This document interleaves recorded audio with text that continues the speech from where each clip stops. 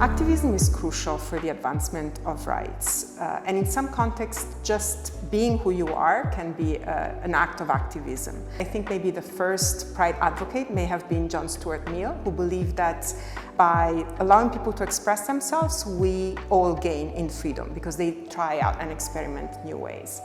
There can be backlash, but the job of an activist is to push things beyond what is comfortable.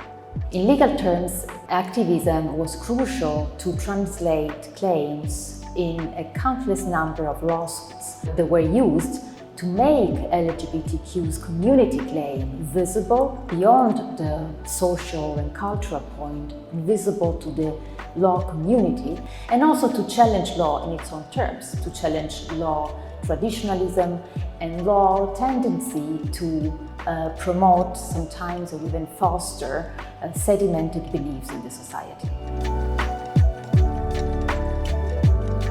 The importance of transnational advocacy is quite significant. Advocates in some communities may find policy blockages, and so it's really important for them to draw on their allies in other countries for resources, for circulation of information, and for them to exert pressure on their own governments or the advocates' governments. Transnational activism had a crucial role in circulation of legal arguments beyond the domestic sphere.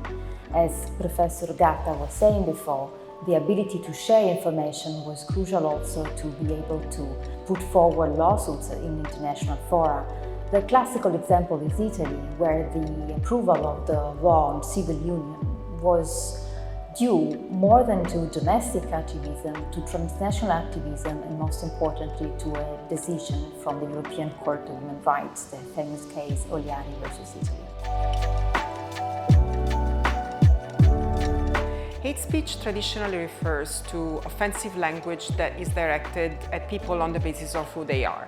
As a philosopher, I wish that legislators and jurists took more into account structural dynamics of power in this kind of legislation. So a white heterosexual person attacking a non-white or LGBTQI person is obviously more problematic than the opposite. Of course, definitions of power are contested, but this should be on the table.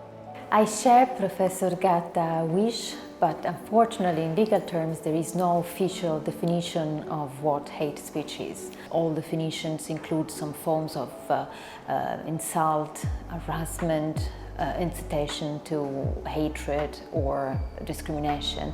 But beyond that there is no agreement on who can be entitled to benefit from such a right, nor a definition of what exactly constitutes an hate speech.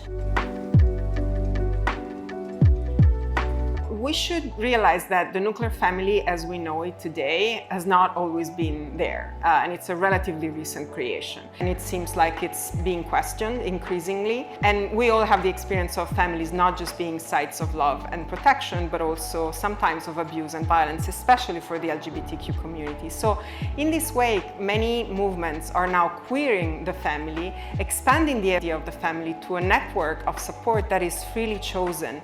Of course, there's a lack of legal protection, which is an enormous problem when it comes to things like inheritance or assistance in times of need. I see LGBT community family rights as claims related to dignity and to the possibility to access the full experience of life. Unfortunately, in this regard, law has still a lot to do. And Parliament so far, especially in Italy, have been quite slow in understanding social changes. If we think of politically debated issues like assisted procreation or adoption, we can see that sometimes couples encounter obstacles to family formation in the first place.